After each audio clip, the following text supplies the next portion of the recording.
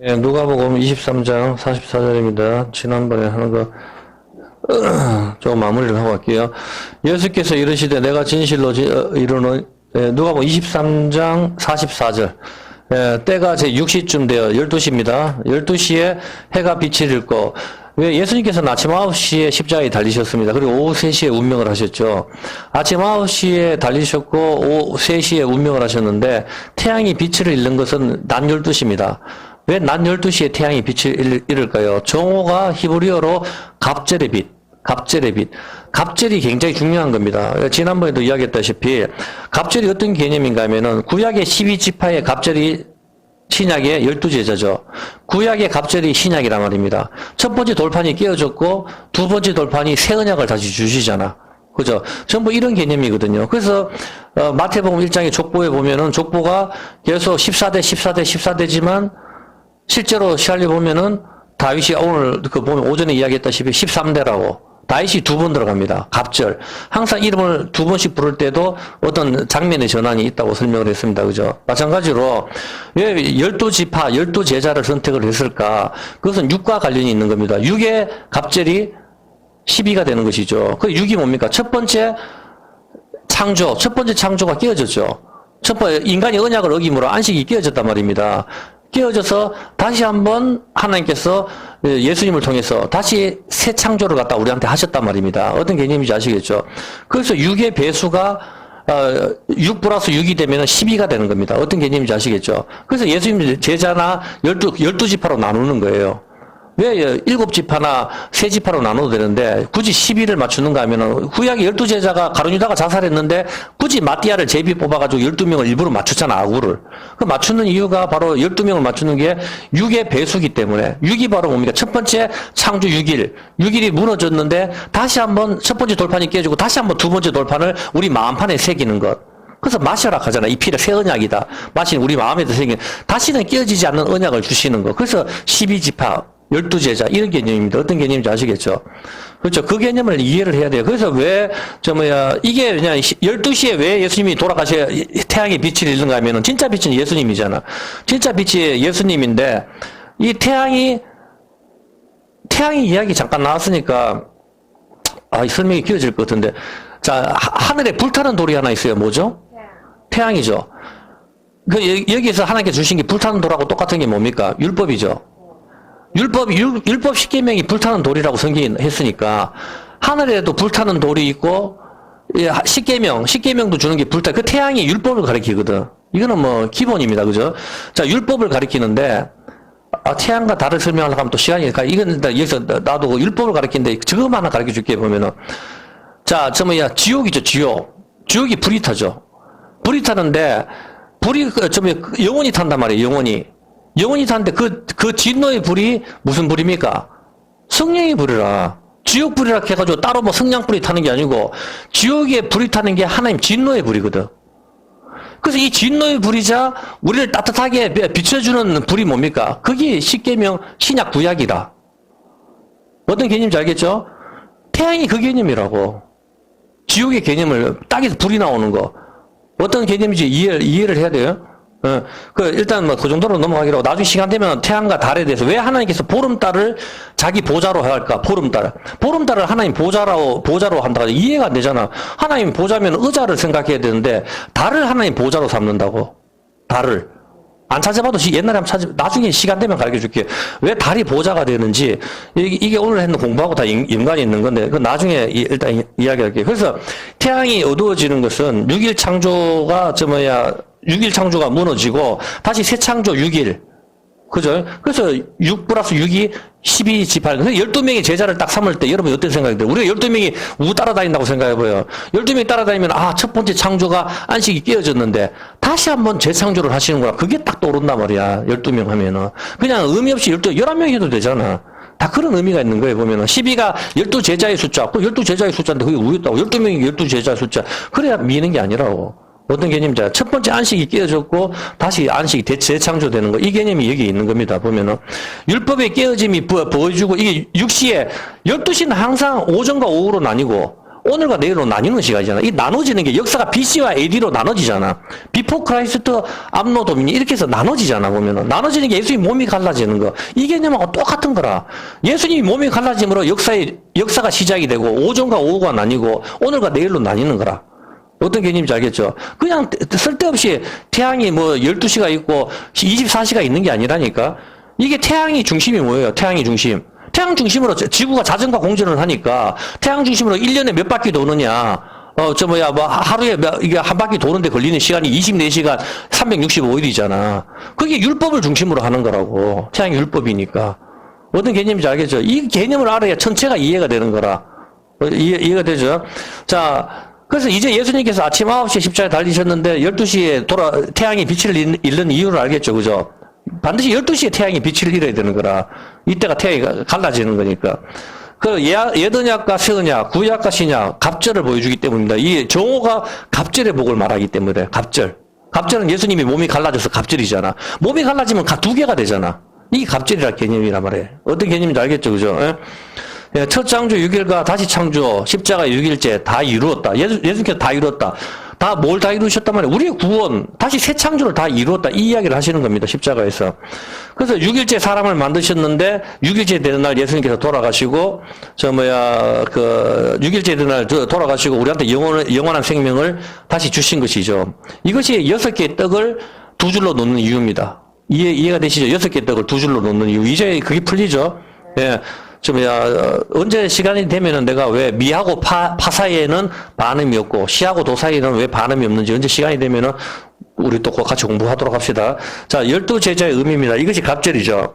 12시가 갈라지는 것이므로 반드시 갈라지듯이 오전과 오후, 오늘과 내일 이렇게 갈라지듯이 7째 되는 날 토요일에 안식이 끼어지고 태양이 저물었습니다. 그래서 그 다음 날인 8일째 새해, 새 태양이 떠오르는 거라. 새 언약, 새 태양, 새 해가 뭡니까? 그게 새 언약, 새 율법이잖아. 그게 새 언약이라고. 그래, 그 다음 날 떠올라야 되는 거라. 왜 예수님이 주일날 부활하신지 이제 알겠죠? 네, 그렇게 되는 거예요. 토요일날 떠오르면 안 된다고. 그래서 이 8일째 되는 날이 예수님 6일째 된 날 금요일날 돌아가시고 토요일날 안식이 끼어졌는데 그 다음날 새 언약이 떠오르는 거 8일째 되는 날 떠오르는데 그때가 바로 1도라고 1도 도레미파솔라시도의 1이자 8번째 8도. 그래서 기쁨, 장조로 끝나는 기쁘단 말이에요. 그래서 오케스트라가 라로 맞추는 게 6일째 돌아가신 십자가를 기준으로 라를 맞춘다. 그렇게 이야기를 했어요. 시로 끝나는 노래는 없어요. 전부 다. 그런데 다시 우리가 안식일을 토요일로 돌아가자. 이거는 바보라고. 어떤 개념인지 알겠죠? 그죠? 예? 자, 그런데 예수님이 부활하신 날짜가 17일이죠. 14일날 6월절 저녁에 성찬식 가지고 부활하신 날이 17일이잖아. 17일날 노아의 방주에 비가 오죠.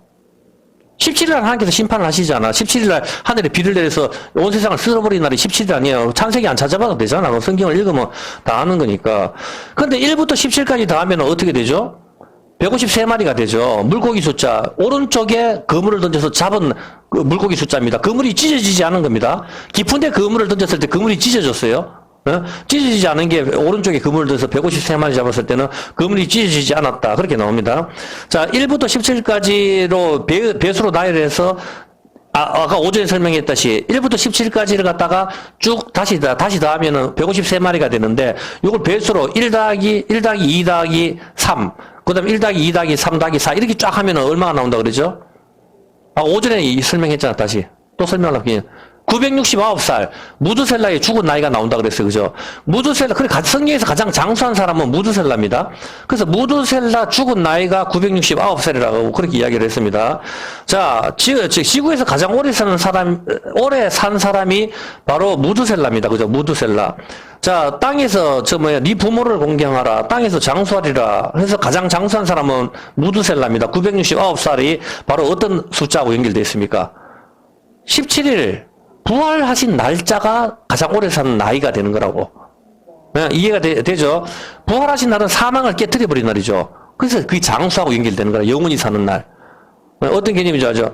자, 969살과 예수 부활하신 날 17일가 이해가 안 되시는 분은 오전 동영상을 한번 보시면은 이해가 될 겁니다. 그거 다시 설명을 해놨으니까 또 설명하려면 시간이 너무 많이 가니까요. 자, 창세기 5장 25절 한번 봅시다. 창세기 5장 25절에 보면은, 잘 보세요. 무두셀라는 187세에 라멕을 낳았고, 라멕을 낳은 후 782년을 지내며 자녀를 낳았고, 그는 969세를 향수하고 죽었더라. 성경에서 가장 오래 산 사람은 969살 무두셀라입니다. 에베소서 6장 1절입니다. 에베소서 6장 1절에서 3절을 보면은, 보세요. 에베소 6장에 자녀들아 너희 부모를 주 안에서 순종하라. 이것이 옳으니라. 주 안에서 순종하라 이 말입니다. 그래 부모가 교회 가지 마 이렇게 하면 들을 필요 없다 이 말입니다. 주 안에서 부모를 주 안에서 순종하라. 이것이 옳으니라. 네 아버지와 어머니를 공경하라. 이것이 약속 있는 첫 계명이니 이것이 첫 계명이다. 근데 이는 네가 잘 되고 땅에서 어떻게 된다? 땅에서 네가 오래 산다 이 말 아닙니까? 장수한다. 오늘날 우리가 부모님께 효도하면 땅에서 장수한다고 하는데 실제로 보면은 부모님께 효도하는데 일찍 죽는 사람이 많이 있습니다. 그렇지 않습니까? 부모님께 효도 잘하는데 일찍 죽는 사람들도 많이 있잖아요. 그러면은 그 의미는 아니잖아. 성경에서 오래 산다고 했는데 그럼 하나님 말씀이 틀립니까? 그렇지 않죠. 창세기 50장 24절에 한번 보면은 잘 한번 보세요.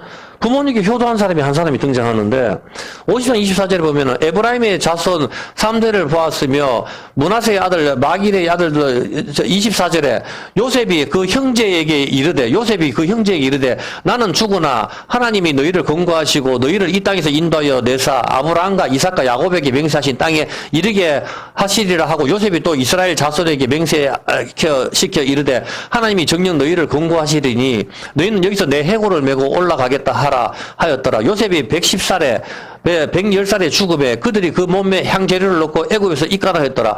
요셉이 110살에 죽었어요. 죽으면서 뭐라 했어요? 아까 24절에 뭐라 해요? 요셉이 그 형제에게 이르되 형제한테 이야기하자. 그럼 형제들은 요셉을 팔아먹었고 요셉을 갖다 죽이자 하는 형들은 살아있다 소리예요? 죽었다 소리예요? 요셉의 형들은 다 살아있고 요셉이 죽는다고. 그래 형들한테 자기는 죽는다 하잖아. 누가 입간해주고 뭐 다른 사람들도 다른 형제들도 여러 명이 있겠지만은 야곱이 제일 사랑했는 사람은 누구예요? 요셉이잖아. 요셉을 제일 사랑했는데 요셉이 땅에서 장수하라 하면은 요셉이 제일 오래 살아야 되지. 근데 요셉이 더 일찍 죽는단 말이에요 보면은. 그럼 틀렸잖아. 네 부모를 공경하라 그러면 장수한다고 했잖아 성경에. 그럼 요셉이 제일 오래 살아야 되는데 왜 요셉을 팔아먹고 요셉을 죽이려고 하는 형들이 더 오래 사냐 말이에요 보면은. 요셉이 자기 형제들한테 이야기하잖아 보면은. 네? 그렇지 않습니까? 그렇게 하기 때문에 아버지 속이고 요셉을 팔고 죽이려고 했던 인간들은 더 오래 살고 요셉이 더 일찍 죽는단 말이에요. 장수하고 틀리잖아. 근데 100살 이상 살면 오래 산 거 아니냐? 그건 아니죠 보면은. 악인이 효도 안 해도 더 오래 살잖아, 그러면은. 그 말이 틀린 거 아닙니까? 자, 여기서 봤었을 때, 이 뜻이 무슨 뜻인가 하면은, 네 부모를 공경하라, 땅에서 장수하리라, 이 의미는 무슨 의미인가 하면은, 이 말씀은 하나님이 주신 땅, 가나안을 의미하는 거예요, 가나안. 이 땅은 영원한 천국을 가리키는 것이죠. 출애굽기 20장 12절 한번 봐볼까요? 출애굽기 20장 12절에 보면은 장수한다 하는 이 개념이 어떤 개념이 이런 걸 모르니까 어버이날만 되면 교회에서 효도해서 부모님께 효도하면 오래 산다 하고 있는데 여러분 호두 껍데기 같은 얼굴로 80세, 60세, 50세 이렇게 사는 거 이거 저주라고. 그걸 알아야 된다니까. 18세 순위로 살아야 이게 좋은 거지. 얼굴에 빨래판처럼 해가지고 오래 살고 문 열면 아무도 없네 하고 문 닫아버리는데 그건 살아갈수록 저주인 거라. 늙는다는 게 얼마나 저주인데, 그건 성경으로 봤을 때, 그렇게 오래 사는 게 무슨 복입니까? 오래 사는 게 저주지. 건강한 몸으로 오래 살아야 되지. 그렇지 않습니까? 18세나 20세로 오래 살아야 그게 좋은 거지. 나이 다 늙어가지고, 얼굴에 점이란 점은 다 생겨가지고, 다 늙고, 누군지도 못 알아보는데, 오래 사는 게 그게 무슨 복이에요 도대체. 그 말 하는 게 아니라고. 네 부모를 공경하라. 그러면 어떻게 되나? 너희 하나님 나 여호와가 어디에서? 네게 준 땅에서. 네한테 줬는 땅이 어떤 땅이에요? 적과 꿀이 흐르는 가나안 땅. 아브라함한테 약속했는 약속의 땅이란 말입니다. 여기서 오래 산다 이 말이라고. 어떤 개념인지 아시겠죠? 네게 준 땅은 뭡니까? 이 땅은 제비를 뽑아서 얻은 땅입니다. 아브라함에게 약속하신 땅이고 제비 뽑아서 12지파가 나누는 땅입니다. 그러면 이 땅이 무엇이란 말입니까? 창세기 12장 1절 한번 볼게요. 이 땅이 무슨 땅이란 말입니까? 도대체 네게 준 땅에서 오래 산다 하는데 그 땅이 무슨 땅이냐? 창세기 12장 1절에 보면 여호와께서 아브라함에게 이르시되 너는 너희 본토 친척 아비 집을 떠나 내가 네게 지시할 땅으로 가라. 내가 니한테 땅을 하나 줄 거니까 그 땅으로 가. 하나님께서 그렇게 말씀을 하신단 말입니다. 그럼 그 땅이 어디입니까? 4절에 이에 아브라함이 여호와의 말씀을 쫓아갔고 롯도 그와 함께 갔으며 아브라함이 하란을 떠나 그 나이 75세였더라. 이렇게 해서 이제 떠나가죠. 아브라함이 그 안에 사레와 조카 롯과 하란에서 모은 모든 소유와 얻은 사람들을 이끌고 어디에 갔습니까? 가나안 땅으로 가죠. 가나안 땅으로 가려고 떠나서 마침내 가나안 땅에 들어갔다. 가나안 땅에 들어가니까 어떻게 해서 가나안 땅에 들어갔다가 그렇게 하죠. 그 6절. 아브라함이 그 땅을 통과해서 세겜 땅 모래 상수리 나무에 이르니 그때에 가나안 사람이 그 땅에 거하였더라. 7절에 여호와께서 말씀하시죠. 아브라함에게 나타나 가라사대 내가 이 땅을 네 자손에게 주리라. 하나님이 아브라함한테 약속했던 땅이 어떤 땅입니까? 가나안 땅이잖아. 가나안 땅에 왔으니까 하나님께서 내가 이 땅 가나안 땅을 내가 네한테 줄게. 이거라. 이 가나안 땅에서 장수하리라. 이 이야기라고. 어떤 개념인지 아시겠죠? 자, 이 가나안 땅을 아브라함한테 주신다고 약속을 했는데 질문입니다. 가나안은 무슨 뜻입니까? 가나안. 그죠? 상인, 장사하다. 장사하는 장사꾼이죠. 함의 아들이죠. 아버지를 갖다가 반역하는 그 함의 아들이고 유래가 히브리어 카나에서 유래가 되었는데 무릎을 굽히다, 엎드러지다, 복종하다, 항복하다. 이 가나안이 그런 의미가 있습니다. 예? 엎드러지다, 복종하다, 항복하다. 이게 상인이 장사꾼인데 우리가 알다시피 가나안은 함의 아들입니다. 창세기 9장 21절에 보면은 창세기 9장 20절에 한번 볼까요? 9장 20절에 보면은 노아가 농업을 시작하여 포도나무를 심었더니 포도나무는 뭡니까? 예수님이 나는 참 포도나무요. 예수님이 포도나무라 했어요. 포도나무는 피고 피는 생명나무 이런 개념이 있습니다. 노아가 포도나무를 심었더니 포도주를 마시고 취하여 그 장막에서 빨가벗고 잡니다. 잠을 잘 때 특이하게 옷을 벗고 자는데 가나안의 아비 함이 그 아비 하체를 보고 밖으로 나가서 두 형제에게 고함에 이제 아비 함이 보고 밖에 나가서 형제한테 이야기를 했는 것이죠. 자, 옷을 빼가벗고 자는데 그 노아가 안식이고 예수님도 안식이죠. 그래서 빼가벗고 잡니다. 일단 예수님도 십자가에서 빼가벗고 돌아가시는 것처럼 같은 개념이죠. 일단 여기서 옷을 벗고 있는데 이 사건으로 인하여 우리가 다 알다시피 함의 아들 가나안이 저주를 받습니다. 두 형제한테 이야기인데 24절에 여러분 한번 보세요. 노아가 술이 깼어요. 술이 깨서 그 작은 아들이 자기에게 행한 일을 알고 이에 가로되 가나안은 저주를 받아 그 형제의 종들의 종이 되기를 원하노라. 여러분 상식적으로 생각해 보세요. 아버지 함이 노아의 하체를 봤단 말입니다. 이 하체를 봤다는 것은 내가 언젠가 설명을 했기 때문에 지금 더 이상 필요 없고 하체를 봐서 죄를 저질렀어요. 그러면은 여러분 상식적으로 생각했을 때 함리라바라 함 그 깃방맹이 때리면 니 돌아왔나? 이렇게 말을 해야 정상이잖아, 보면은. 아무 뜬금없이 가나안에서, 집에서 만화책 보고 있는지 모르지, 가나안은. 갑자기 가나안 니는 저주를 받아라. 그렇게 하고 가나안한테 저주를 갖다가 뒷세리 붙는단 말이에요, 보면은. 가나안이 무슨 죄예요? 가나안은 아무 해는 건데 집에서 가만히 라면 먹다가 저주를 받는 그런 형국이란 말이에요, 뭐. 쟤는 아버지가 짓는데, 가나안이 저주를 갖다가 뒤집어 쓰거든. 기가 막힌단 말이에요, 보면. 근데 하나님께서 이 가나안 땅을 우리한테 주신다 한단 말이라. 무슨 소리냐 말이야, 도대체. 이거를 이해를 해야 되는 거예요, 보면은. 작은 아들이 잘못을 했는데, 뜬금없이 갑자기 노아가, 갑자기 가나안을, 아버지 아들 가나안을 갖다가 저주를 갖다 뒷다 해버리거든요, 보면은. 그렇게 하니까, 이 잘못은 함인데 저주는 가나안이 받습니다. 이 가나안이 상인이고, 무릎 꿇다, 복종하다의 의미가 있고, 하나님 주시는 땅이 아브라함에게 주시는 땅, 언약의 땅이 바로 가나안 땅입니다. 자, 그럼 여기는 의미가 있겠죠. 노아가 바보가 아닐진지, 노아가는 여러분, 하나님의 그 심판을 120년 전부터 알아가지고 방주를 준비하고 온 세상이 사람을 다 죽여버리는 그런 경험을 다 했고 얼마나 하나님 벌이 무섭고 이런 걸 다 아는 사람이라고. 그런 걸 다 아는 사람이 함의 아들인 가나안을 저주할 때 이게 얼마나 크다 하는 걸 알고 있는 사람이라. 근데 가나안은 자기한테 아무 잘못도 안 했단 말입니다. 아무 잘못도 안 하고 가만히 있었다고. 아무 상관도 없는 아버지가 잘못했으면 함을 갖다가 저주를 하고 깃방매기를 때려야 이 정상인데 아들 가나안을 갖다가 가나안한테 저주를 끌어붙는단 말입니다. 상식적으로 이해가 안 되는 일이 여기서 벌어진단 말입니다. 근데 하나님께서는 아브라함한테 와서 이 가나안 땅 니한테 줄게 그렇게 이야기를 하신다고요. 뭔가 우리한테 메타포하고 있는 게 있다는 거죠. 그래서 노아 사건 때문에 함이 저주를 받았는데 가나안이 저주를 받습니다. 이 가나안이 상인 장사꾼이라는 의미가 있지만 일단 저주받은 사람이죠. 맞습니까? 그래서 다시 말하면 가나안은 뭡니까? 저주받은 땅이라 말입니다.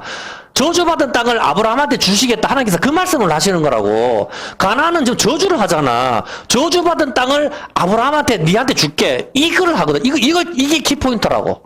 아시겠습니까? 자, 그렇다면 창세기 3장 17절. 잘못은 누가 했는데 저주를 엉뚱한 사람이 하나 받는 사람이 있어. 그 누구죠? 그렇죠. 여기서 보자. 아담에게 이르시되 네가 네 아내의 말을 듣고 네가 너더러 먹지 말라 한 나무의 실과를 먹었으니 뜬금없이 땅이 저주를 받는다고. 땅은 너로 인하여 저주를 받고. 이제 봐서 알겠습니까? 저주받은 땅이 가나안이거든. 잘못은 아담과 하와가 저질렀는데 뜬금없이 땅이 저주를 받는다고. 땅이 뭐 했는 게 뭐가 있어? 땅은 가만히 있었는데. 저주는 저주받을 인간은 아담과 하와잖아. 아담과 하와인데 하나님께서는 땅을 갖다 저주를 해버리고 이제부터 가시와 은근키가 나겠다. 그렇게 한다 이 말입니다. 잘못은 아담과 하와가 하고 저주는 땅이 받고. 어떤 개념인지 알겠습니까? 잘못은 아버지 함이 있는데 저주는 가나안이 받고, 아브라함한테 땅을 주겠다 하는데 그 땅은 저주받은 땅 가나안 땅이라. 이제 뭔가 하나로 연결되죠? 뭐로 연결됩니까? 이 그림이 쫙 연결되는 게 어디로 이제 연결점을 찾아야지. 지금까지 했는 거 모형을 다 받는 거고. 땅 이야기라니까. 자, 여기서 왜? 저주받은 땅이 어딥니까? 자, 왜 하나님이 이주시키려고 했는 가나안 땅 아닙니까? 가나안이 저주받다니까. 여기, 니는 땅은 이제부터 저주를 받고 와. 이 저주를 받는다 하는 이 땅이라고, 지금. 저주받은 땅이 바로 아담과 하와가 잘못했는데 저주받은 땅이 저주를 받잖아. 그렇게 하기 때문에, 그런데 하나님께서 아브라함에게 주시려고 약속하신 땅이 가나안 땅인데, 이 가나안이 저주받은 땅이 되는 것입니다. 이 개념은 바로 아담과 하와가 범죄함으로 땅이 저주를 받습니다. 17절에 땅이 저주를 받죠. 이제 이 땅에 살기 위해서는 어떻게 해야 됩니까? 질문입니다. 이 저주받은 땅이 저주를 받았으니까 우린 땅에 살아야 되는데, 우주에 살 수는 없잖아. 땅에 살아야 되는데, 이 저주받은 땅에 살기 위해서는 어떻게 해야 됩니까? 땅이 이제부터 가시와 은근키를 낸다 하잖아, 18절에. 가시와 은근키를 내야 되니까, 이 저주받은 땅에 우리가 살기 위해서는 가시와 은근키를 제거를 해야 되죠. 가시와 은근키를 제거를 하기 위해서는 어떻게 해야 됩니까? 19절에. 땀이 흐르는 일을 해야 된단 말입니다. 땀이 흐르는 일을 하는 한 사람이 등장하죠. 예수님. 두 번째 아담이 땀이 흘리면서 이 땅을 개간을 해서 우리가 살 수 있도록 만들어준다. 성경은 그 이야기를 하고 싶은 겁니다. 그래서 하나의 땅을 주시죠. 예수님이 우리한테. 그 땅, 저주받은 땅. 뭐죠? 그렇죠. 피밭입니다. 그것을 이야기하는 겁니다. 창세기부터 계속 흘러가는 게 바로 피밭을 향해서 달려가고 있는 거라고. 어떤 개념인지 알겠죠? 보죠. 얼굴에 땀이 흘러야, 두 번째 아담이 얼굴에 땀이 흐르면서 이 땅을 개간합니다. 가시와 은근키가 나는 이 땅, 저주받은 땅. 여기 살기 위해서는. 누가복음 22장 44절에 두 번째 아담이 여기서 무릎을 꿇다. 아까 가나안의 뜻이 뭐라 그랬어요? 상인인데 무릎을 꿇다. 여기서 무릎을 꿇다. 똑같이. 예수님께서 여기서 겟세마네 동산에서 위에 읽어보면 무릎을 꿇고 41절에 무릎을 꿇죠? 이게 뼈가 끊어지는 거예요. 41절에. 죄를 떠나 돌 던질 만큼 율법입니다. 돌 던질 만큼 시내산에서 던지죠? 시내산과 금송아지의 거리. 율법의 거리. 여기에서 돌 던질 만큼 가서 맞아 죽는 거죠. 여기서 무릎을 꿇는 거. 무릎을 꿇다. 고개를 숙이다. 복종하다. 이게 가나안 뜻이 무릎을 꿇다. 다리를 꺾자고. 다리가 여기서 꺾이는 거예요. 여기서 꺾이고 4절에 보면은 44절에 예수님께서 땀을 여기서 흘리십니다. 두 번째 아담이 땀을 흘리면서 이 땅을 개간하는 겁니다. 이제 우리한테 저주받은 땅을 준단 말이에요. 우리 하나님이 약속하신 땅. 처음부터 창세기부터 너가 범죄했으니 땅이 이제 저주를 받을 거야. 땅이. 여기서 한 단계 더 나가야 됩니다. 좀 더 설명할게. 땅이 저주를 받을 거야. 뜬금없이 땅이 저주를 받습니다. 그 다음에 노아한테 가가지고 쟤는 함이 저질렀는데 뜬금없이 가나안이 저주를 받는다고. 근데 그 다음에 아브라함 시대에 가가지고 이제 가나안을 준다 하네. 저주받은 그 땅을 갖다가 우리한테 준대. 근데 아브라함이 죽을 때 받은 땅은 막벨라 굴 하나라고. 그게 가나안 땅이라는 거라. 하나님이 주시려고 했는 그 막벨라, 돈 주고 사는 땅. 좀 더 설명할게요. 여기서 봤을 때, 이 사건으로 인해가지고 예수님이 여기서 무릎을 꿇어지죠. 여기서 무릎을 꿇고, 무릎을 꿇다 가나안입니다. 같은 말입니다. 가난이 무릎을 꿇다 복종하다 같은 하나님입니다. 상인, 저주받은 땅. 예수님이 팔리시죠. 은삼십에 똑같습니다. 상인입니다. 이 저주받은 땅, 가난, 예수님께서 겟세마네 동산, 기름을 짜다 여기에서 무릎을 꿇고 땀을 흘리십니다. 땅을 개간하시는 겁니다. 땅은 네 가지 밭이 우리 마음 상태가 나오잖아. 돌짝밭, 가시밭. 여기 우리 마음을 개간하는 거라. 돌 같은 우리 굳은 마음 밭을. 그래서 옥토로 만드시는 것이죠. 그래 마음판에 율법을 새 언약을 새기는 거니까. 땅이 저주를 받아서 가시와 엉겅퀴가 나오는 이 땅을 개간하시는 것이죠. 그래서 42절에 뭐라고 이야기하시죠? 주님께서 하나님 아버지에게 뭐라고 이렇게 말씀하십니다. 이게 중요한 구절인데 아버지여 만일 아버지의 뜻이거든 이 잔을 내게서 옮기시옵소서. 그러나 내 원대로 마시고 아버지의 원대로 하시기를 바랍니다. 이렇게 이야기합니다. 내 원대로 마시고 아버지의 원대로 되기를 원합니다. 뭐죠? 이게? 내 원대로 하지 말고 아버지의 원대로 되기를 바랍니다. 이게 뭐예요? 부모님께 네 부모를 공경하라. 그럼 네가 땅에서 장수하리라. 그렇게 연결되는 거란 말입니다. 지금 네 부모를 공경하라. 부모를 공경한 사람은 예수란 말입니다. 성경은 그 이야기합니다. 우리는 다 부모를 공경 못합니다. 부모가 10명의 아들을 거둘 수 있어도 10명의 아들은 부모를 만족 못 시킵니다. 절대로. 유일하게 아버지 하나님의 뜻을 그대로 받고 부모를 공경할 수 있는 분은 예수를 이야기하는 겁니다. 성경은. 그래서 예수님께서 내 뜻대로 마시고 아버지 뜻대로 부모를 여기서 공경하는 겁니다. 여기서 공경하고 하시면서 주님께서 땅을 하나 주세요. 우리한테. 어떤 땅을 주십니까? 바로 피밭입니다. 피밭. 내 뜻대로 마시고 아버지 뜻대로 하십시오. 그렇게 하면서 땅을 하나 주시는데 땅을 하나 주시는데 일단 이 사건으로 십자가 사건으로 땅이 하나 얻어집니다. 마태복음 27장 8절입니다. 이 십자가 사건으로 땅이 하나 딱 얻어지는데 그것이 피밭이죠. 마태복음 27장 8절에 보면은 8절 그러므로 오늘날까지 그 밭을 피밭이라 일컫니라. 그러나 7절에 이것으로 토기장이 하나님 토기장이죠. 하나님이 토기장이고 우리는 진흙. 하나님 토기장의 밭을 사서 나그네의 묘지를 삼습니다. 그러므로 오늘날까지 그 밭을 피밭 저주받은 땅 아닙니까? 피밭. 예수님 팔고서 사는 그 땅이니까 저주받은 땅 가나안이란 말입니다. 이거를 갖다가 딱 주시는 겁니다. 그래서 하나님께서는 태초에 아담과 하와부터 해가지고 그 땅이 저주를 받으리라 하는데 그 땅이 이 피밭을 주는데 땅의 뜻이 뭡니까? 아담아 뜻이 뭐죠? 아담아 붉다 피잖아. 땅이 붉은색이 바로 피를 가리키는 거예요. 그게 노란색이 아니잖아. 땅이 붉은색이라고. 땅이 붉은색인데 아담아 유래가 누구죠? 아담이라고. 땅의 유래가 아담이라. 그러면 땅의 흙으로 사람을 만드는데 다시 말하면 아담의 피로 사람을 만든다 이거라고. 땅의 유래가 아담이니까. 이해가 됩니까? 히브리어 찾아보라고 전부 다. 땅의 땅의 유래가 아담이니까. 그 땅의 흙으로 아담은 붉다잖아. 피라고. 그러면 땅의 흙으로 사람을 만들었다는 것은 하나님께서는 아담의 피로 사람을 만들겠다. 처음부터 그것을 염두에 두시고 쫙 달려와가지고 피밭을 딱 주신 게 토기장이가 이 피밭의 그릇으로 우리는 그릇이니까 우리를 만들면은 피로 만든 그릇이 되는 거라. 이해가 되죠? 그렇죠. 자, 여기서 피밭을 주시는데 이 저주받은 땅, 이게 바로 가나안입니다.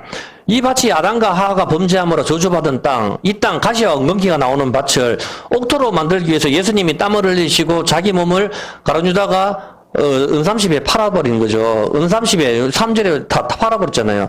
은삼십에 장사하다 가난이진 것이죠. 팔고 사는 것은 장사입니다. 예수님을 팔아버리시고 장사하고 가난이죠. 상인.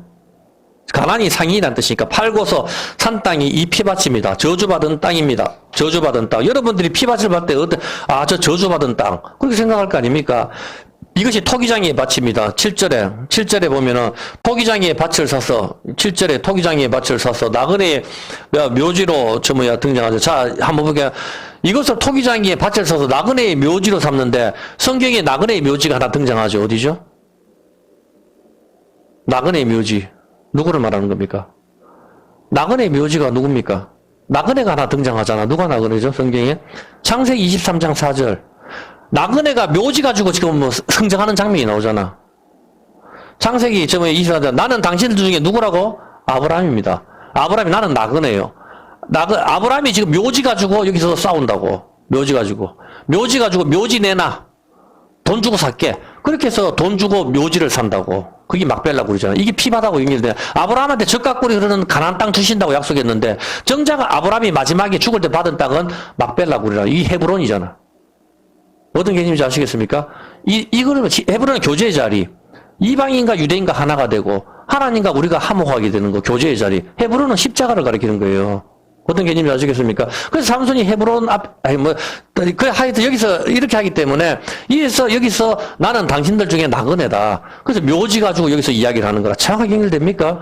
그렇게 되는 겁니다. 그래서 이 나그네의 묘지를 달라 하는데 4절에 내게 매장할 묘지를 좀 달라. 내가 죽은 사람을 끌어묻어야 되겠는데, 난 나그네인데, 나그네 묘지를 달라. 그렇게 이야기를 하는 것이죠. 성경이 무섭습니다.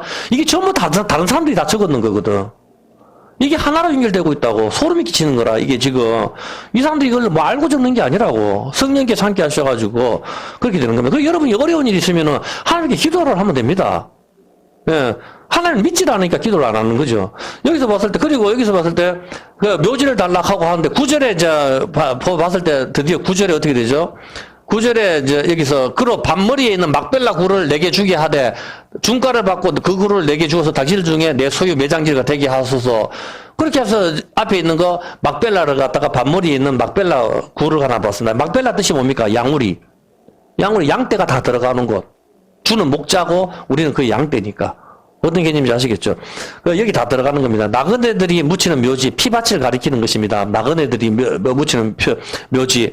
그래서 이 밭을 얻기 위해서 어떻게 합니까? 하나님께서는 아브라함에게 젖과 꿀이 흐르는 가나안 땅을 약속을 하셨습니다. 그런데 아브라함이 정작 죽을 때 받은 것은 나그네의 묘지, 막벨라 밭입니다. 19절에 보면은 이 막벨라 밭이 만물의 앞 막벨라라 하는데 이것이 헤브론이라 하죠. 19절, 그 후에 아브라함이 그 안에 사라를 가나안 땅 만물의 앞 막벨라 밭굴에 장사했는데 마무리는 곧 헤브론이라. 헤브론 앞에 있는 막벨라 굴에다가 끌어묻었다 이 말입니다. 어떤 개념인지 아시겠죠? 그리고 이 땅을 갖다가 사기 위해서 어떻게 합니까? 근데 여기서 아브라함이 이 땅을 샀는데 그냥 좀 팔아라 이렇게 합니까? 두 번 이상한 액션을 취해요. 이 땅을 살 때 어떻게 하죠? 창세기 23장 7절에 이 땅을 사기 위해서 23장 7절에 보면은 아브라함이 일어나 그 땅 거미 해쪽성을 향하여 몸을 이렇게 굽힙니다. 복종하다, 무릎을 굽히다, 상인, 가나안. 이해됩니까? 한번 굽히죠. 한번 여기서 7절에서 한번 인사를 합니다. 몸을 굽힙니다. 예수님이 고개 숙이신 것 같습니다. 한번 굽히고 그다음에 12절에 한번 보세요. 12절에 아브라함이 이에 그 땅 백성을 대해 몸을 굽히고 두 번 굽히죠. 첫 번째 돌판을 주기 위해서 하나님이 한번 굽히고 두 번째 돌판을 주기 위해서 한번 굽히는 거. 우리를 굽어 살피는 거. 하나님은 고개를 숙이시면 안 됩니다. 우리를 불쌍히 여겨 달라고 할 때 하나님이 우리를 굽어 살피는 거. 높고 높은 데서 낮고 천한 우리를 굽어 살피는 거. 이것이 은혜란 말입니다. 하나님은 고개를 숙이시면 안 되거든요. 왕이신 하나님이 고개를 숙이시면 안 되는데 그 하나님께서 십자가에서 고개를 숙이신단 말입니다. 그것을 은혜라고 이야기하는 겁니다. 은혜롭게 그냥 헌금도 지나가합시다가 그게 아니고 그건 투명하게 해야 되고 정말 참 일반 세상 사람들도 세무사 동원해서 똑바로 하는데 교회에서 그렇게 하면 안 되죠. 당연한 거 아닙니까? 정확하게 해야 될 게 있고 은혜롭게 해야 될 게 있는 거지. 그런 건 그렇게 말하는 거예요. 은혜는 하나님의 고개 숙이심을 은혜라고 이야기하는 거거든요. 어떤 개념인지 알겠죠? 그렇게 마찬가지예요. 이 땅을 얻기 위해서 아브라함이 두 번 고개를 숙여가지고 땅을 얻죠. 마찬가지로 그 피밭을 얻기 위해서 예수님께서 고개를 숙이시는 거거든. 어떤 개념인지 알겠죠? 예수님의 두 번 고개 숙이심, 하나님이 두 번 고개 숙임으로 그 피밭을 얻는 거라고. 연결이 됩니까?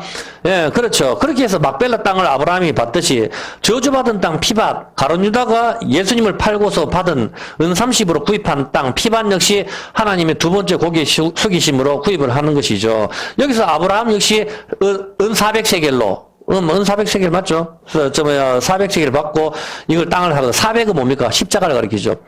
400은 십자가잖아요. 400 여기 타브 십자가. 자, 여기서 봤을 때 히브리어 타브가 은 400이거든. 400.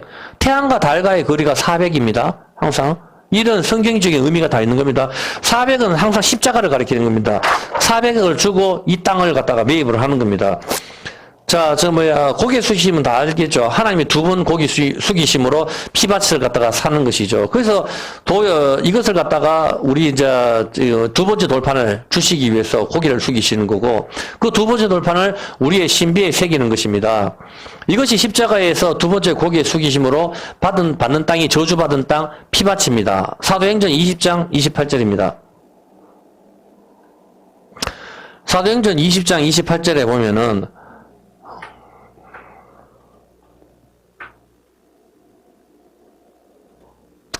너희는 자기를 위하여 또는 여기서 봤을 때 감독자 하나님이 자기 피로 사신 교회, 자기 피로 샀다 장사입니다.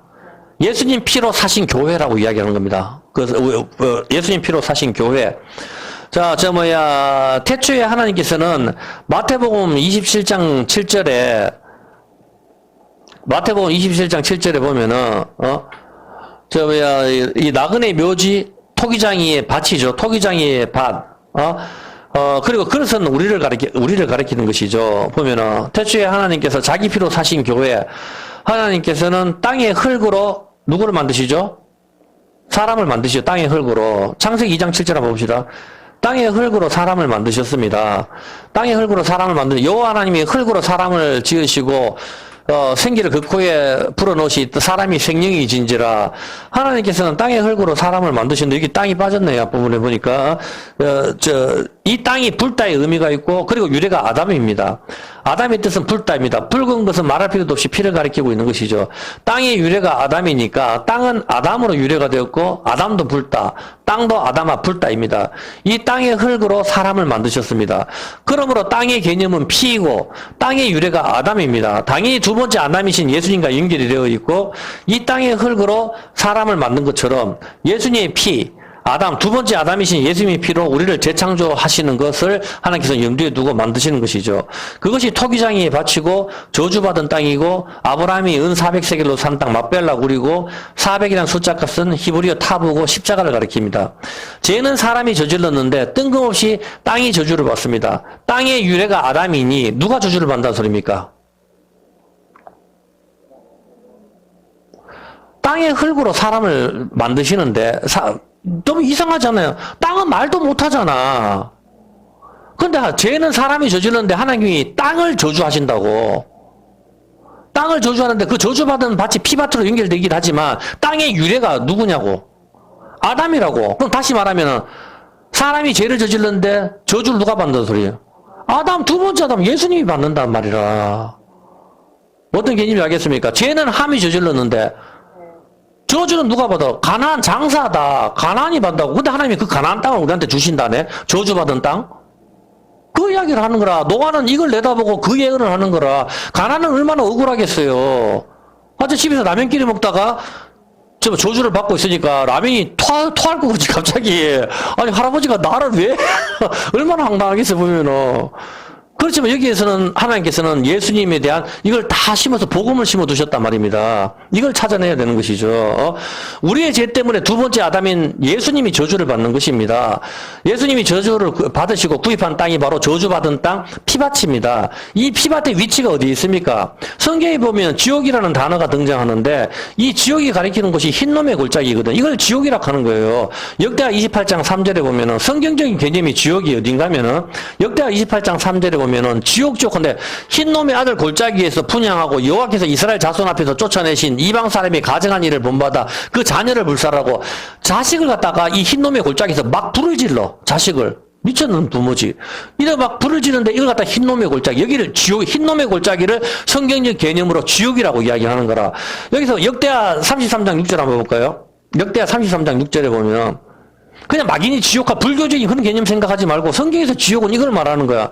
또 흰놈의 아들 골짜기에서 그 아들들을 불 가운데로 지나게 하며 또 점치며 사술과 요술을 행하며 신접한 자와 박수를 신임하며 여호와 보시기에 악을 행하며 그 진노를 격발하였으며 자식을 불태우는 곳, 여기가 바로 흰놈의 골짜기인데 이게 성경적인 개념으로 지옥입니다. 마태복음 5장 22절에 보면은 이게 지옥이거든. 보면 한번 볼게요. 그대로 이제 신약으로 볼게요. 나는 너희에게 이르노니 형제에게 노하는 자마다 심판을 받게 되고 형제를 향하여 나가라 하는 자, 욕하는 자는 공회에 잡히게 되고 미련한 놈이라 하는 자는 지옥에 들어가. 이 지옥이 바로 게엔나인데 이 게엔나가 흰놈의 골짜기입니다. 원어가.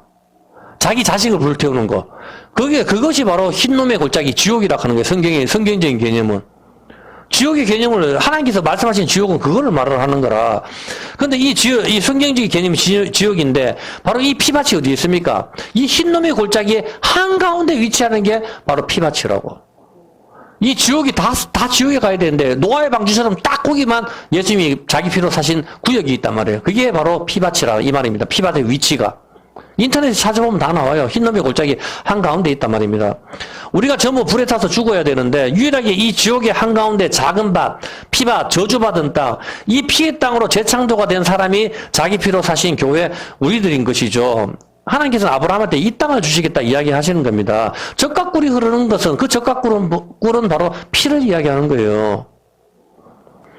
하나님께서 저주받은 땅 가나안, 죄는 아버지 함이 저질렀는데 저주는 아들인 가나안이 받습니다. 이 저주받은 땅 가나안을 두고 적각꿀이 흐른다고 하는 것이죠. 여호수아 18장 10절 이 가나안 땅에 들어가서 여호수아 어떻게 하죠? 자 보세요. 가나안 땅에 이제 들어갔어요. 여호수아가 예수님입니다. 여호수아 예수님이 바로 히브리어가 바로 여호수아예요. 여호와의 구원입니다. 예수님 뜻이 여호와의 구원. 여호수아가 그들 위하여 실로 앞에서 제비를 뽑고 그가 자기 이스라엘 자손 분파대로 땅 12지파에게 제비를 뽑아가지고 땅을 나눠줘요. 자 여러분 생각해 보세요. 땅을 갖다가 12지파로 나누죠. 땅이 12지파로 나눠지면은 땅에 뭐가 흐르죠? 땅이 끼어졌죠. 그런 개념이 안 드나요? 땅을 12개로 쪼갠다는 개념이잖아. 실제로 쪼개졌는 건 아니지만 12지파로 나누잖아. 나눈다는 것은 예수님께서 자기 몸을 찢어가지고 떡을 나눠주듯이 땅이 갈라진단 말이에요. 12지파. 왜 예수님이 이 땅이 갈라지죠. 땅이 갈라진다는 것은 땅이 끼어졌다, 피가 흐른다 이 개념이라. 바로 피밭이 바로 그 개념이라고. 땅을 그냥 다 주셔서 너희끼리 사이좋게 잘 살아라 이렇게 해도 되잖아. 맞잖아. 같은 형제 자매인데 사이좋게 잘 살아라 하면 되지. 땅을 굳이 제비를 뽑아서 나눴죠. 제비는 2개의 돌을 던지는 건 주사위. 2개의 돌. 구약과 신약. 율법, 십계명. 2개의 돌을 던지는 게 제비를 뽑는다. 우린과 둔밈을 말하는 거라. 이 2개의 돌을 던지잖아. 죽음의 캐가 나오잖아. 모세가 던져버리지, 시내산에서. 그게 돌 던질 만큼의 거리라. 돌을 던져버리니까 깨어져 버렸어. 깨어졌는 만큼 너 몸이 다 쪼개져야 된다. 이 정체가 나왔단 말이라. 근데 예수님이 쪼개져 버렸단 말이야. 쪼개졌는 그 땅만큼. 그래서 땅을 쪼개서 가질 때 하나님께서 약속의 땅을 받을 때마다 우리 어떤 생각이 들어요? 내 대신에 예수님이 쪼개져서 우리가 이 땅을 받았구나. 이 느낌이 들 거 아니냐고. 떡을 받을 때 예수님이 몸을 찢어서 나한테 줬구나. 이 느낌이 들잖아. 이게 피떡이구나. 피떡. 이걸 느낀단 말이야. 그렇게 느꼈었을 때 아하 언약이 끼어져서 예수님이 대신 갈라주셨구나. 이걸 느끼라고 갈라주시는 거란 말이에요. 땅을. 이게 피밭이잖아. 가나안 땅을 왜 갈라줘? 이해가 되죠? 예, 그렇죠. 땅을 가르치는 거 전부 다 이런 개념입니다. 땅을 12개로 나누는 거, 12개로 쪼개지는 거, 피를 흘리는 거, 피밭에 이런 개념들을 알고 있어야 사드락이야, 아나니아와 삽비라가 땅을 갖다가 하나님께 바친다 하고 숨겼었을 때 죽고 하는 이유, 이런 개념들을 아는 거라 보면은, 이런 개념들이 이해 안 되면, 땅을 바친다고 좀 안 바칠 수도 있지. 그거 안 했다고 죽이구나. 이렇게 생각을 한다고. 이런 개념들을 이해를 해야 된다면, 땅이 12개로 쪼개지는 거, 이거 피를 흘리는 거, 피밭의 개념입니다. 땅의 유래가 아담입니다. 아담의 몸이 12개로 갈라지는 거, 예수님이죠. 최후의 만찬에 떡과 포도주를 주시는 거, 내 몸을 갈라서 주는 거 아닙니까? 이게 내 몸이다 하잖아요. 주님께서 주시면서.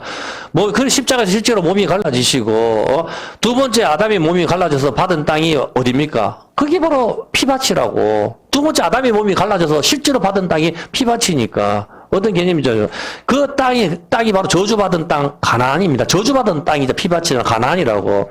그래서 가나안 땅을 주신다. 가나안이 천국을 메타포하고 있는 거 다 알고 있지만은, 그게 바로 피밭, 예수님 피구나 하는 걸 깨달아야 된단 말입니다. 그 피가 흐르는 게 어디야? 성경이잖아. 어떤 개념인지 알겠죠? 예. 에덴에서의 범죄로 인하여 땅은 가시와 엉겅퀴가 나오게 되었는데, 아담의 땀 흘림, 두 번째 아담이 예수님의 땀 흘림으로 이 땅이 개간이 됩니다. 이 땅은 피밭입니다. 피밭의 흙으로 토기장이신 하나님께서 사람을 만드십니다. 땅의 흙으로 만들어진 인간은 땅의 소산물을 먹고 자라게 되어 있습니다. 마찬가지로 마태복음 27장 7절에 보면은, 토기장에 이제 땅에 소산물을 먹죠. 우리가 뭐 맨날 해 떠먹고만 살 수는 없지 않습니까? 어느 나라 이것으로 토기장에 밭을 사서 나그네의 묘지를 삼았더라. 토기장에 밭을 샀습니다. 예수님을 팔고서 산 땅은 토기장의 밭입니다. 토기장에는 하나님을 가리킵니다. 토기장이신 하나님께서 이 피밭의 흙으로 우리를 다시 만드십니다. 그것이 하나님의 고개 숙이심입니다. 토기장이가 흙을 만들 때 고개를 숙이잖아. 같은 개념이란 말입니다. 이것이 은혜이고 우리는 이 밭의 소산물인 피를 먹고 자라는 것입니다. 어떤 개념인지 알겠습니까? 머리카락이 피를 먹고 자라듯이 죄인인 우리들은 검은 머리는 뭡니까? 검은 머리는 죄를 가리키거든. 그래 머리카락 검은 머리가 피를 먹고 자라잖아. 보면은 육적인 힘, 죄를 가리키는 것이죠. 시편 40편 12절에 보면은 우리는 어떻게 됩니까? 이 피를 예수님 피를 빨아먹고 자란다면 우리가 나무기 때문에 무수한 재앙이 나를 둘러싸고 나의 죄악이 내게 비치면 우러러 볼 수도 없고 나의 죄가 나의 머리털보다 많다. 머리털하고 죄하고 같이 동일시식인데 나의 죄가 나의 머리털보다 많다. 성경에서는 검은 머리, 흰 머리로 나눕니다. 금발 이런 건 없어요. 그건 검은 머리는 죄를 가리키는 거고 흰 머리는 눈을 가리킨다. 눈. 산 위에 만년설 눈이 쓰여 있는 거 지혜를 가리키는 거예요. 그 눈 녹은 물이 흘러내려왔었을 때 헬몬산에서 그 눈 녹은 물이 흘러내려왔을 때 그 눈 녹은 물이 요단강도 흐르고 갈릴리도 흐르고 사해바다도 흐르고 이스라엘의 모든 동식물이 그 눈 녹은 물을 빨아먹고 자라듯이 교회의 머리 대신 예수님의 머리에서 흘러나오는 지혜의 말씀, 이 말씀 성경 말씀으로 우리가 그 말씀의 물을 빨아먹고 우리가 자라는 걸 말하는 거라고. 이해가 됩니까? 검은 머리와 흰 머리의 개념을 잡아야 되는 겁니다. 검은 머리는 검은색, 죄를 가리키는 거고, 그래서, 검은 숯이 어떻게 됩니까? 불 속에 들어가서 성령의 불에 타버리면은 흰 숯이 되는 거라. 검은 머리, 죄지만은 이 죄가 나이가 들어서 육적인 게 죽어버리면은 흰머리가 나오게 되죠. 그걸 지혜라고 이야기하고 노인들의 흰머리라고 이야기하는 거고, 거기에 눈 쌓인 산 꼭대기에 눈이 있는 거. 그 눈에서 흘러내려오는 물로 밑에 모든 동식물들이 살듯이 그 흰머리에서 나오는 그 지혜, 노인들의 지혜를 무시하지 마라 하는 이유가 바로 그거를 이야기하는 겁니다. 노인들은 아무래도 오래 살았기 때문에 머리에서 나오는 지혜가 많다고 해서 나 자꾸 이자 아픈다. 이자 아프는 거는 들을 필요는 없는 거고 이 노인들의 지혜를 말을 할 때 성경에서 누구를 말합니까? 그 노인은 예수님을 말하는 거예요. 어떤 개념인지 아시겠습니까?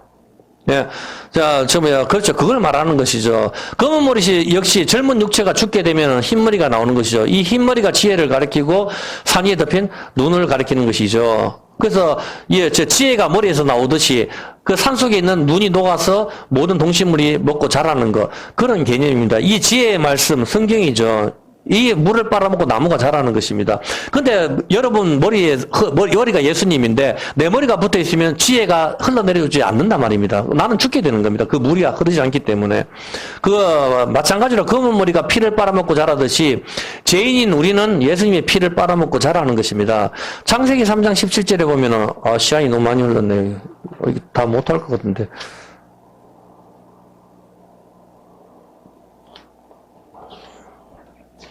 목이 아프긴 이제 조금만, 한 5분만 할게요. 그냥 목이 아파도 안 되겠어요. 그래서, 제 17절에 보면은, 내 말을 듣고 너더러 먹지 말라 한 나무 실과를 먹었은즉 땅은 너로 인하여 저주를 받고 너는 종식토록 수고하여 소산을 먹으리라. 죄는 인간이 짓고 저주는 아무 상관없는 땅이 저주를 받습니다. 저주받은 땅은 가시와 엉겅퀴가 나오게 되었고 이제 두 번째 아담인 예수님이 땀 흘림으로 이 밭이 개간이 됩니다. 그 밭은 가룟 유다가 은 30을 받고 예수님을 팔고서 구입한 피밭입니다. 이 저주받은 땅을 땀 흘리면서 개간하고 그 소산물을 준다는 의미는 바로 예수님의 갈라지심을 이야기하고 있는 것이었습니다. 제비뽑아 가나안 땅을 얻듯이 12개로 쪼개진 땅, 이것은 바로 피밭을 보여주는 것이고 젖과 꿀이 흐른다는 의미는 바로 피를 가리키는 것이죠. 젖과 꿀이 흐르는 기름진 땅, 저주받은 땅, 가나안 땅, 그 땅은 바로 예수님을 팔고서 산 땅 피밭이었던 것입니다. 하나님께서도 아브라함에게 약속하신 가나안 땅 역시 죽을 때에 아브라함이 받은 막벨라 굴, 피밭을 보여주고 있고 이 막벨라 굴에 사라, 이삭, 아브라함 전부 다 묻히는 것이죠. 하나님께서는 태초에 땅의 흙으로 사람을 만드신 것은 바로 이 피밭을 염두에 두고 계셨던 것입니다. 이것이 바로 자기 피로 사신 교회인 것입니다. 출애굽기 20장 12절에 보면은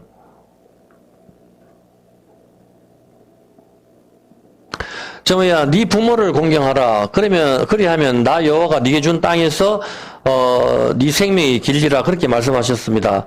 이 의미는 바로 바로 하나님께서 주시는 피바 가나안 땅 천국에서 영원한 삶을 이야기하고 있는 것입니다.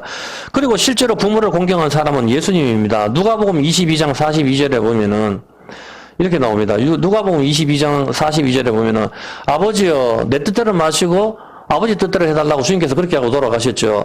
그 아버지를 공경하고 정말 아버지께 효도했는 사람은 예수님이죠. 근데 정작 예수님은 33살에 돌아가셨습니다. 장사하지 못했습니다.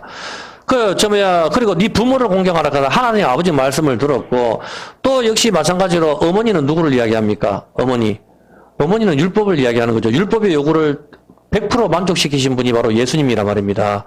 어떤 개념인지 아시겠죠, 보면은, 예, 오늘은 여기까지만 합시다. 일단 뒤에도 너무 많기만 한데, 뒤에 또 다른 단락이. 오늘 무드셀라 969살, 이거를 갖다 여러분이 알아야 돼요. 예수님이 이렇게 해서 완성시킨 게 결론은 뭔가 하면은, 예수님이 17일날 부활을 하셨죠. 부활을 하셨는데, 이 세상에서 가장 장수한 사람이 누구죠? 무드셀라인데, 무드셀라가 969세가 바로 예수님 부활하신 날짜 17하고 맞춰져 있단 말이에요. 그게 왜 969살을 살고 죽어야 되는 이유가 바로 그 이유라고. 무토가 뭐야? 죽음. 셀라가 뭐야? 보낸다. 죽음을 보낸다. 이 죽음을 보내버리니까. 영원히 사는 삶. 왜 969인지 알겠습니까? 바로 부활하신 날짜, 그때가 바로 영원한 삶을 이야기하는 거거든. 17이라는 숫자가. 가장 장수하다 하는 개념. 그래서 여기는 굉장한 비밀이 있는데, 하여튼, 이거, 시간이 되면 다음 주에 하든지 그렇게 합시다. 오늘 지금 벌써 1시간이 훨씬 넘은 것 같은데, 여기까지만 일단 할게요. 예, 여기까지만 하고, 시편, 75편, 시편 75편.